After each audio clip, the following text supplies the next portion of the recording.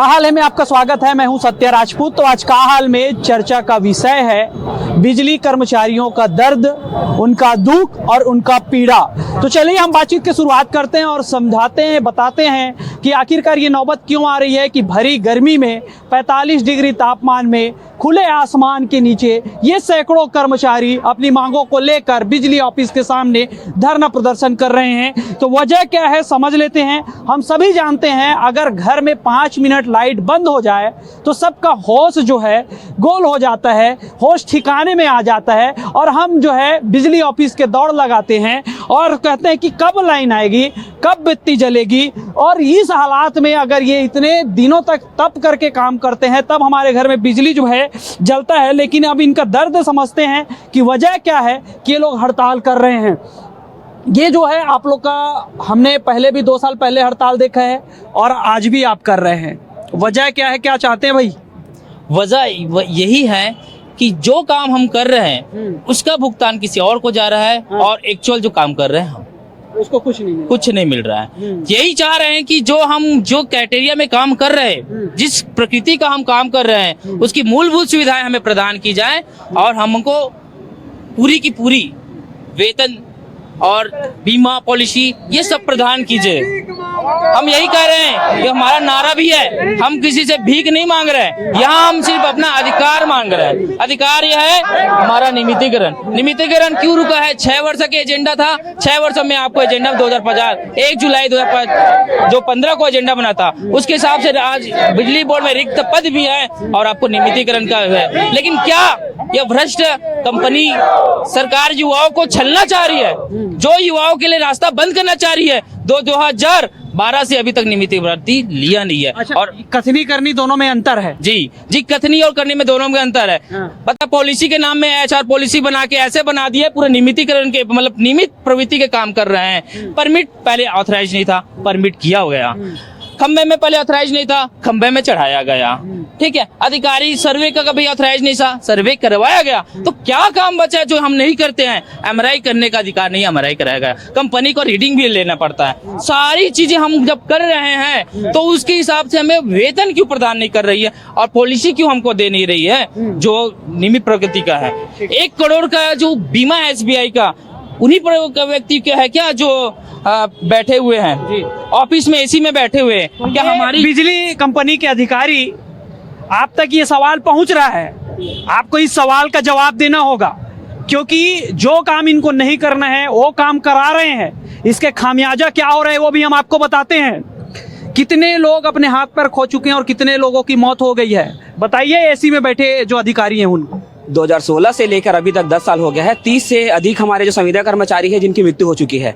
उनके परिवार वाले इतने मतलब दयनीय स्थिति में थे कि हमारे द्वारा जस्ट आंदोलन कर करके उनको संविदा पे अनुकंपा नियुक्ति दिलवाया गया। और कम से कम 70-80 ऐसे कर्मचारी है जिनका किसी का पैर टूट गया, किसी का हाथ टूट गया, किसी का मतलब परमानेंट असहाय हो गए हैं, ऐसे कर्मचारी हैं। फिर भी वो आज काम कर रहे हैं, इसी बेस पे काम कर रहे हैं कि कभी ना कभी कंपनी के जो AC में बैठे हैं अधिकारी है उन पे तरस आएगा और हमें नियमित करेगा। इस कंडीशन में इतनी गर्मी में हम लगातार काम कर रहे हैं। अभी बीच में देखिए भी हवा तूफान आया तो रायपुर कैसा हालत हो गया था। 2-2 दिन तक लाइन बंद थी, रात पर लाइन बंद थी। फिर भी हमारे कर्मचारी डबल ड्यूटी 24 घंटे ड्यूटी करके लोगों को विद्युत को सुधार के उनके घरों को रोशन किए हैं। लेकिन हमारे अधिकारी वो सब कुछ समझते नहीं है। लगातार कंपनी प्रबंधन से बात करने के बाद भी वो हमारी मांगों को दरकिनार करके और संविदा नीति ला कर 2025 संविदा नीति जो नई नीति लाई है उस पे हमारे नियुक्तिकरण का रास्ता कोई पूरा बंद कर दिया गया है। पूरा रास्ता बंद कर दिया गया है। शर्म आनी चाहिए ऐसे अधिकारियों को। अगर 30-30 लोगों की मौत हो जाती है और 50 से ज़्यादा लोग अपंग हो जाते हैं और उनके लिए अगर कोई नीति नहीं है, रीति नहीं है तो ये कोई बंधुआ मजदूर नहीं है, कोई जो है राजतंत्र नहीं है कि आपकी तानाशाही चलेगी। ये जो जिन कर्मचारियों की मौत होती है, जिनके हाथ पैर कट जाते हैं बिजली के झटका से, उनके घर वालों का क्या होता है? इनको कोई आप मुआवजा दी जाती है कि नहीं दी जाती? हमारे विभाग में हमारे साथी 2016 से अब तक कि बहुत ऐसे दुर्घटना में चोटिल हुए हैं जिसको इलाज के दौरान में ना तो विभाग से ऐसा कोई राशि मुहैया कराया जाता है, ना उसकी सुरक्षा के लिए उसके फैमिली को भी अच्छे से मुआवजा राशि भी नहीं दिया जाता है। हमने विभाग से बहुत निवेदन किए और हड़ताल के माध्यम से भी अपनी मांगों को रखा, फिर भी कंपनी ESIC के थ्रू हमारी इलाज करवाता है। जो ESIC है कि बहुत भाग दौड़ करने पर शून्य की इलाज की प्रकृति को पूर्ण करते हैं, जो कि हमारे विभाग में ऐसे दुर्घटना होता है जो नॉर्मल इलाज से ठीक नहीं होता है। बर्न जानते हो, हाथ जलने में, पैर कटने में कितना तकलीफ होता है, और जले हुए चीज ऐसे ही ESIC छोटे मोटे में इलाज नहीं होगा। हमको अच्छे से इलाज के लिए मुआवजा या फिर अच्छे चिकित्सा की सुविधा दे, तभी हमारे लिए भविष्य में उज्जवल की एक नीति जो है हमको नजर आएगा, और ऐसी ही शोषण करते रहेगा कंपनी। तो हम आपने सुना, भाई भतीजावाद चल रहा है। एक तरफ जो नियमित कर्मचारी है उनके लिए हॉस्पिटल, इलाज के लिए व्यवस्था, पैसा सब लिस्ट जारी होता है, और दूसरी तरफ जान चली जाती है लेकिन 1 रुपए जो है नहीं दिया जाता। तो ये कैसी सेवा है, ये कैसी नौकरी है? ऐसे में तो सवाल उठता है, और हम सभी जनता को ये सवाल उठाना चाहिए। कारण यही है कि ये जब खंभे में चढ़ते हैं और धूप में चलते हैं, अपने जान को जो है खतरे में डाल के, तब हमारे घर जो है बिजली आती है। तो ऐसे में सवाल ये है, कोर्ट का भी नहीं गए क्या? कोर्ट क्या कहता है? क्योंकि भाई देखिए, अधिकारी नहीं सुन रहे हैं, मंत्री नहीं सुन रहे हैं, विधायक नहीं सुन रहे हैं, तो अब हमारे पास बचता है कोर्ट। कोर्ट क्या कहता है इसमें? इस विषय में हमने कोर्ट में भी पिटीशन दायर किया, तो कोर्ट का निर्देश 4 हफ्तों में जवाब देने का मांग किया गया था, लेकिन आज लगभग 1.5 साल हो गई है कोर्ट केस में, अभी तक प्रबंधन उस पर कोई जवाब नहीं दिया है। हमने इसी नियम को चैलेंज किया कि हमारी जो भर्ती प्रक्रिया जिस मापदंड पे हुआ था, तो कार्य की स्थिति नियमित कर्मचारियों के जैसे होनी चाहिए थी, वैसा बिल्कुल उल्टा हुआ हमारे साथ। क्योंकि नियम में इतना बांधते गए हम लोगों को, ताकि हम नियमितीकरण से बहुत दूर होते गए। तो इसलिए हम लोग हाई कोर्ट में केस दर्ज किए हैं और उसका इंतजार कर रहे हैं। अभी इंतजार जारी है। इंतजार जारी है जी। तो आप लोग से मैं सबसे ये सुनना चाहूंगा, क्या चाहिए आप लोगों को? नियमितीकरण। क्या चाहिए? नियमितीकरण। इतना जोर से बोलिए कि उनके जो है कार्यालय हिल जाए। क्या चाहिए? नियमितीकरण। तो ये जोश और जुनून आपने सुना है, ये पीछे नहीं हटेंगे। पिछले बार जेल में ले जाकर मारा गया था, बंदी बनाया गया था, दौड़ा दौड़ा के मारे थे, लेकिन ये हौसला नहीं टूटा है। तो बात करते हैं, क्या लेंगे, क्या चाहिए आपको? जी, हम इसमें 2 बैच का भर्ती है, भू स्थापित और 2018 बैच। इसमें हमारे में जो कंपनी 2 भेद किए हैं।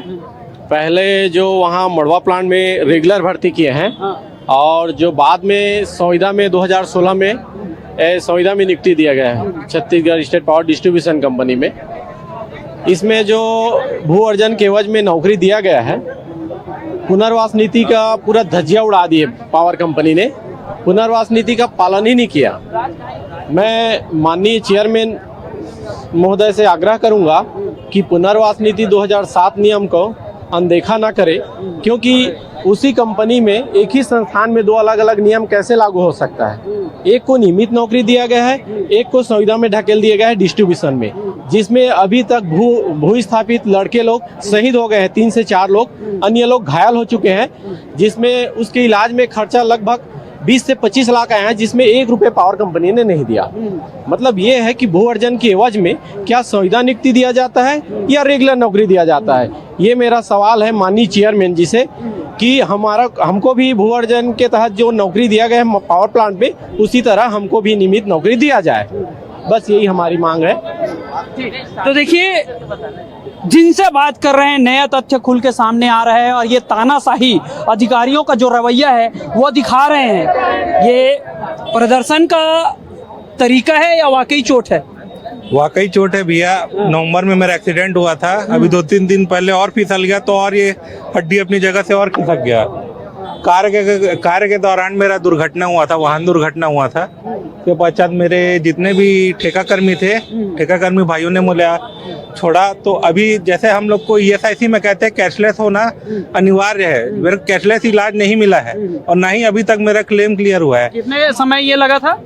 ये मेरा नवंबर में एक्सीडेंट हुआ नवंबर में था। लगा है। हाथ दिखाइए, तुलाराम यादव जी हमारे साथ कैमरामैन है, ये हाथ दिखाइए। हाथ दिखाइए, और ये पैर निकल गया। पैर उंगली भी कट गया, हाथ भी कट रहा है, और हालात ये है कि नवंबर से अभी तक इनको कुछ नहीं अगर मिला। कोई रेगुलर अधिकारी होता उसको तुरंत ही चिकित्सीय सुविधा प्रदान होता। अगर किसी की मृत्यु होती तो उसको 4 लाख रुपए तुरंत विभाग द्वारा दिया जाता है, तथा अंत्येष्टि के लिए अलग से पैसा दिया जाता है। लेकिन हमारे लिए ऐसा कोई सूद नहीं लिया जाता। अभी तक मैं इंतजार कर रहा हूँ मेरा ESIC पैसा कब आएगा। मैं मार्केट से उधार लेके मैंने अपना इलाज कराया है, लेकिन अभी तक मेरे को कोई पैसा या कोई मदद। मतलब जान जोखिम में डाल के खंभे में आप चढ़ते हो, पैसा भी उधारी में अपने इलाज के लिए आप लेते हो, तो विभाग को बंद कर देना चाहिए। जी मेरी मदद किसने की है? मेरे ठेका कर्मियों ने, एफओसी वालों ने मेरी मदद की है। उन्होंने मुझे 25,000 रुपए तत्काल इलाज के लिए उधारी दिया था। अभी तक विभाग की तरफ से मेरे कुछ नहीं मिला है। इवन जो ESIC कहते हैं कि आपको कैशलेस चिकित्सीय सुविधा मिलना है, उसका क्लेम भी अभी तक नहीं आया है।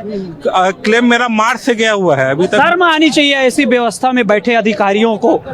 अगर कोई काम कर रहे हैं अपने जान जोखिम में डाल के, तो आपका कर्तव्य बनता है कि उनके जो है परिवार वाले सुरक्षित रहें, वो कर्मचारी सुरक्षित रहे। लेकिन ये छत्तीसगढ़ के भविष्य है, जिस तरह से यहाँ का नियम प्रावधान है उसको देख के बड़े बड़े डिग्री करके यहाँ बैठे हैं, यहाँ काम कर रहे हैं, लेकिन इनके भविष्य के साथ खिलवाड़ किया जा रहा है। कैसे खिलवाड़ हो रहा है, चलिए हम आपको और बताते हैं। कहाँ से हैं आप? दुर्ग से। शादी ब्याह हो गई है? नहीं हुए हैं। क्यों? कितना मिलता है सैलरी? 18,000 मिलता है, लेकिन शादी के लिए अब कोई अपना लड़की देना ही नहीं चाहता है, तो क्या कर सकते हैं भाई। बिजली ऑफिस में काम करते हैं, बताते होंगे, लड़की वाले पूछते हैं तो बिजली ऑफिस में काम करते हैं, हाँ तो पूछते होंगे मोटी सैलरी मिलती होगी। हाँ पूछते हैं, बताते हैं इतना सैलरी मिलता है, नहीं करेंगे बोलते हैं, शादी नहीं देंगे इसको लड़की बोलते हैं, तुरंत मना कर देते हैं। मना कर देते हैं। हाँ तुरंत मना कर देते हैं।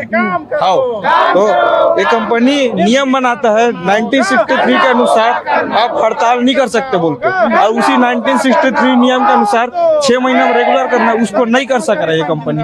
लाला कंपनी है, और क्या है ये? लाला कंपनी है ये, अधिक कर्मचारियों का शोषण कर रहा है, तो लाला कंपनी है ये, और कुछ नहीं है ये, लाला कंपनी है। कंपनी को नाम बदल देना चाहिए, लाला कंपनी रखना चाहिए। हाँ इतने हम पे यहाँ परेशान है, मतलब पूरा आपके भविष्य से खिलवाड़ हो गया, खिलवाड़ हो गया है, पूरा जवानी बर्बाद हो गया है हमारा। जवानी बर्बाद हो गया है, भविष्य से खिलवाड़ हो गया है। क्या नाम है आपका? जी सैनिक हित लहरी। शादी ब्याह हो गई है? नहीं हो पाया है। नहीं हो पाया है। कितना उम्र? मेरा 29 साल हो गया है। 29 साल हो गया, शादी नहीं हुआ है। क्या कारण है? सबसे बड़े काम तो हम लोग कर रहे हैं, लेकिन दाम ही नहीं है। 19,000 रुपए देता है, उसमें दूर दराज सबका पोस्टिंग दिया है, रूम किराए में ही 3-4 हजार चला जाता है, प्लस पेट्रोलिंग। हम लोगों के पास 8 से 10 हजार महज बच पाता है। उतने में परिवार चलाना दूर में रह के सबसे बड़े समस्या का विषय है। लगातार हम कंपनी से मांग कर रहे हैं कि हमारा रेगुलाइजेशन कर दे, क्योंकि हमारा जो भर्ती है वो वैकेंट पोस्ट के विरुद्ध हुआ है। हमारे पे नियमित मापदंड, पूरा जो नियमित कर्मचारी के जो नियुक्ति होना था वो नियम हम पे लगना था। इन लोग खुद 2010-7-2015 को BOD बनाए हैं, उस पे पूरा हमारा जो नियम सेवा शर्त है वो नियमित स्टाफ के समान बनाए हैं। उसके बाद उसमें ये लिखे हैं कि यदि आप संविदा पे नियुक्त हैं और आपको 6 साल हो गया है तो आपको हम परमानेंट कर देंगे, लेकिन आज तक नहीं किया। और उसमें एक और कंडीशन लिखता है कि पद खाली है। तो अभी वर्तमान स्थिति ऐसा है सर कि 4500 पद खाली है, और फील्ड में इतने कर्मचारी की कमी है, पूछो मत। मुझे जी सर, कमी तो है, वो तो दिख रहा है। क्या क्या काम करते हो? काम बताओ पहले। हम लोग सर, हमारे जो फील्ड में जितने भी काम हैं, जो लाइनमैन के हैं, जो ऐसे जो काम है, जो तृतीय श्रेणी के जो कर्मचारी हैं जिनका पेमेंट ज्यादा होना चाहिए, उनके काम को हम चतुर्थ श्रेणी के कर्मचारी से कराया जाता है। हमारे यहाँ स्थिति ऐसी है कि अभी तृतीय श्रेणी के कर्मचारी जो हैं वो रिटायर हो चुके हैं, अभी सिर्फ चतुर्थ श्रेणी के कर्मचारी बचे हुए हैं। तो हम लोगों का तो पेमेंट कम है। हम लोग जब भी यहाँ आते हैं हमारी पेमेंट और सुविधाओं के बारे में मांग करते हैं, लेकिन पेमेंट तो बढ़ाया जाता है, वो भी कुछ मात्रा में, लेकिन उसके बदले में हम लोगों की जो जवाबदारी है वो कहीं ज्यादा अत्यधिक बढ़ा दिया जाता है, लाभ दिया जाता है। ये वर्ड सुनिए, लाभ दिया जाता है। जब आप भर्ती आपको लिया गया तो क्या काम बताया गया था आपको? हम लोगों को हेल्पर के लिए काम किया गया था। हम लोग गड्ढा कोड़ना है और लाइनमैन के साथ में काम करना है, उनको प्लायर देना है, हाथ में प्लायर पकड़ाना है, उनके साथ में काम करना है, पोल काम करना है, पोल में चढ़ने के काम करना। ये आदेश जारी हुआ ही नहीं था हम लोगों को। जो आदेश जारी नहीं हुआ था वही काम हो रहा है। बताया गया था कि आपको पोल में चढ़ना है? नहीं बताया गया था हम लोगों को। चढ़ रहे हैं आप? नहीं, अभी तो आदेश जारी किया गया है मानव संसाधन नीति के तहत 2025 लागू किए हैं। तो अब इसमें इन लोग बोल रहे हैं कि आपको सहायक लाइनमैन है जो उनके अनुरूप काम करना है। मतलब मुख्यालय देंगे आपको, मुख्यालय में आपको लाइन परमिट लेना है, परमिट लेने के बाद आपको हर प्रकार की काम करना पड़ेगा। अगर आपका एक्सीडेंट होता है तो वहाँ पे कोई आपको अनुकंपा नियुक्ति भी नहीं मिलेगी, कोई भी तरह की किसी भी तरह के मुआवजा नहीं मिलेगा। कितने जो है आपको मिलता है और कितने जो है आपके समकक्ष काम करने वाले नियमित है उनको मिलता है? देखिए, अभी तो जो जितने भी संविदा कर्मी हैं उनका पेमेंट लगभग ये फरवरी में बढ़ाया गया था, तो 19,000 समथिंग इन हैंड आता है ईपीएफ कटने के बाद। लेकिन जो हमारे जितने भी रेगुलर एम्प्लॉय हैं उनका पेमेंट नहीं सही में आज के डेट में 50 प्लस है, जो कि आप भी जाने सर अभी के डेट में महंगाई प्लस है, पेट्रोलिंग का इतना रेट हो गया। और सबसे बड़ी बात जो अभी हमारा काम का रिस्क है, हम जिस पोस्ट के लिए नियुक्ति किए गए थे हेल्पर पोस्ट के लिए कि हम लाइनमैन का हेल्प करें, लेकिन आज हम उनका हेल्प ना करके हम उनके जगह हमको दे दिया गया है। हर एक प्रकार से हमको खंबे में चढ़ाया जाता है, हम काम करते हैं, ठीक है, वो हम करने के लिए भी तैयार हैं, लेकिन कंपनी और प्रशासन से सिर्फ एक ही अनुरोध है आपके तहत कि हमारा काम का जो हमारा सम्मान है उसका वेतन और हमारा पद को एकदम सुनियोजित कर दे। और एक ये है हमारे कि 10 साल के बाद आपको एक साल करके बढ़ाया जाएगा। कब तक बढ़ाया जाएगा? कहीं ऐसा ना कि हम 10वें साल हम ही खत्म हो जाए, उसके बाद हमारा परिवार आर्थिक स्थिति में सड़क में आ जाए रहे। बस ठीक बात है। समस्या तो बहुत है, पारिवारिक समस्या किस तरह से हो रही है इस जॉब से? लोग नौकरी करते हैं कि समस्या का समाधान हो, लेकिन यहाँ तो समस्या बढ़ रही है। जी बताइए। जिस तरह से जोखिम भरा कार्य हम लोगों से कराया जा रहा है उतने मतलब मेहताना नहीं दिया जाता है, और जो लाइनमैन सहायक लाइनमैन का पोस्ट है उसके बराबर हम लोग काम कर रहे हैं और हम लोग को ना ठीक से मेहताना दिया जाता है और उसमें बहुत रिस्क है, इसलिए चल जाता है आपका जितना मिलता है उसमें मुश्किल से घर बस चल जाता है। और मतलब अनाज लाते हैं तो बेटा बेटी का फीस कैसे दे, सोचना पड़ता है। सोचना पड़ता है। शादी कर पाएंगे बच्चों का इस रेट में? बहुत दिक्कत जाएगा सर से, कर्ज लेना पड़ेगा। फिर ऐसा काम किस काम का? ठीक बात है। तो देखिए, सवाल बहुत है लेकिन जवाब नहीं है, तो यही हम लगातार समझने की कोशिश कर रहे हैं। तो आप बताइए कि इस काम से क्या क्या समस्या है? क्या आप घर चला पा रहे हैं? क्या आप शादी कर पा रहे हैं? क्या अपने परिवार को आप खुशहाल जीवन दे पा रहे हैं? सभी समस्या आपको आपके मेरे भाई लोग अवगत करा दिए होंगे। फिर भी बताना चाहूंगा, शादी तो कर रहे हैं लेकिन उस हिसाब से जैसे नौकरी पेशा लोग बोलते हैं कि एक स्टैंडर्ड कंपनी में नौकरी कर रहे होते, स्टैंडर्ड तरीका से रहना खाना, लेकिन ऐसा है कि पेट्रोल डीजल की इतनी ज्यादा हमको खपत होता है कि पैसा बचता भी नहीं है। क्या हो गया है? आमदनी अठन्नी और खर्च रुपया, यही मामला है हमारे साथ और कुछ नहीं है। यही कहना चाहूंगा भैया, अगर एसी में बैठे हो आप भी, आपके परिवार अच्छे सुख से चल रहे, हम चाहते हैं कि आपके परिवार अच्छे रहे, ये भी मत सोचो कि हमारे परिवार भूखे मंगे। यही बस चाहूंगा कि आप हमारे जो समस्याएं हैं उसको सुने, उसको देखें और उसके आके ग्राउंड लेवल में हमारा समाधान करें। यही जो है पुकार है, आप सुन लीजिए। अगर गर्मी में थोड़ा निकल के देखिए ऐसी जो है कमरों से, समझ में आएगा कि इनका तपस्या क्या है। ऐसा लग रहा है कि अभी आएंगे तो ठोक देंगे सालों को। अब क्या करें सर, परिस्थिति ही ऐसी बनी हुई है। आज यहाँ 43-44 डिग्री सेल्सियस में हम लोग काम कर रहे हैं, खंबा पे चढ़े हुए हैं, और ये प्रबंधन का स्थिति जो है पूर्ववत बनी हुई है।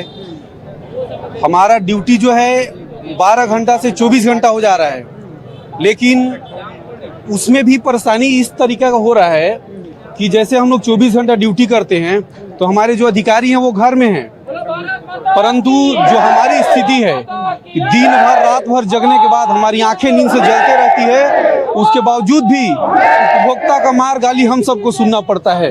इस स्थिति में हम कैसे इस प्रबंधन को छोड़ें? हम हर स्थिति में इस प्रबंधन से लड़ने की कोशिश करेंगे और अपने हक लेकर रहेंगे। जी, हक लेकर रहेंगे, छोड़ेंगे नहीं। लेकिन ये घटनाएं जो हो रही है उसका जवाब कौन देगा? ये कहाँ गाड़ी वाड़ी से गिर गए हैं क्या? नहीं, मैं खंबे से गिर गया हूँ मैं। अच्छा, खंबे से गिर गए? हाँ, खंबे से गिर गया। कैसे, क्या कर रहे थे खंबे में? लाइन में काम कर रहा था मैं। हाँ, और काम करते करते करंट मारा तो मैं खंबे से कूद गया था मैं। करंट दिया? हाँ, करंट मारा था मुझे। लाइन में चालू में काम कर रहा था मैं LTP में, तो खंबे से कूद गया मैं। फिर मेरा वो यहाँ का फ्रैक्चर टूट गया मेरे पैर का। तो फिर भी अभी 2-3 महीने आराम किया। सेफ्टी नहीं मिलता क्या आप लोगों को? करंट कैसे आ गया?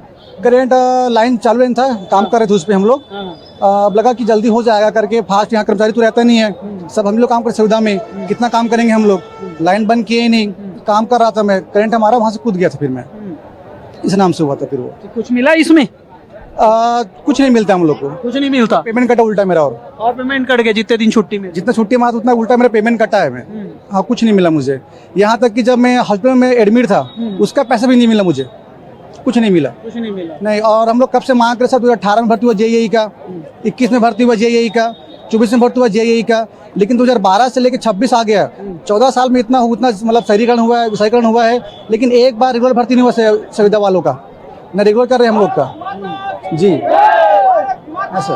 तो देखिए, कुछ नहीं मिला, कुछ नहीं मिला। यार जरा सोचिए, जो व्यक्ति अपने जीवन का पूरा समय आपके लिए समर्पित करता है और वो भी बिजली के झटका, आप समझते हैं आप काम कर रहे हैं और थोड़ा सा जब झटका लगता है ना तो पूरा ब्रह्मांड हिल जाता है। और ये लोग तो सीधा ट्रांसफार्मर में चढ़ के काम करते हैं, और ऐसे में इनका दर्द क्या होता है, और उसमें भी जो अधिकारी जो है कैसे गंदा खेल खेल रहे हैं इनके साथ, कैसे इनका जो है भविष्य को बर्बाद कर रहे हैं, वो हम जो है दिखा रहे हैं। आप सुन रहे हैं कि कैसे हो रहा है। आकर आप जो है बिजली के चपेट में आ जाते हैं, आपका हाथ पैर टूट जाता है तो आपको मुआवजा देने, आपके इलाज कराने के छोड़ आपका सैलरी काट लिया जाता है। तो ऐसे जो है बेकार कंपनी है, ऐसे को तो बंद कर देना चाहिए। लेकिन ये भी सवाल है, इसको बंद कर दोगे तो जाएगा कहाँ? पूरा छत्तीसगढ़ का जनता है, उनके सेवा करते हैं, तो ऐसे में आम जनता को भी सामने आना चाहिए इनके लिए। चूंकि लाइट गोल होता है तो जो सामने दिखते हैं ना उसी को सुनाया जाता है।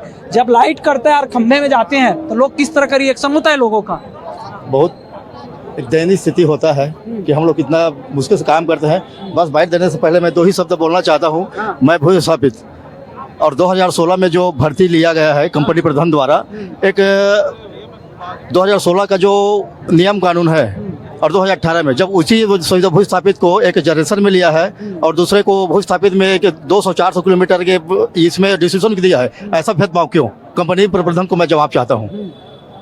कितना लिए थे आपसे जमीन? जमीन मेरा 81 डिसमिल गया था। 81 डिसमिल। आज के रेट में कितना रेट होगा इसमें? आज के रेट में लगभग 22 लाख से 25 लाख के रेट में होगा। अच्छा, तो आप जो है अपने जमीन देकर जिसमें आप खेती बाड़ी करते, आज जो है एक नौकर बन गए हैं। जी, नौकर बना के रखे हैं लोग। ये भी ऐसे नौकर जो खावा बनी में है। हाँ, एक ये जो प्रबंधन है ना, एक तो अंधी भी है, बहरी भी है, गूंगी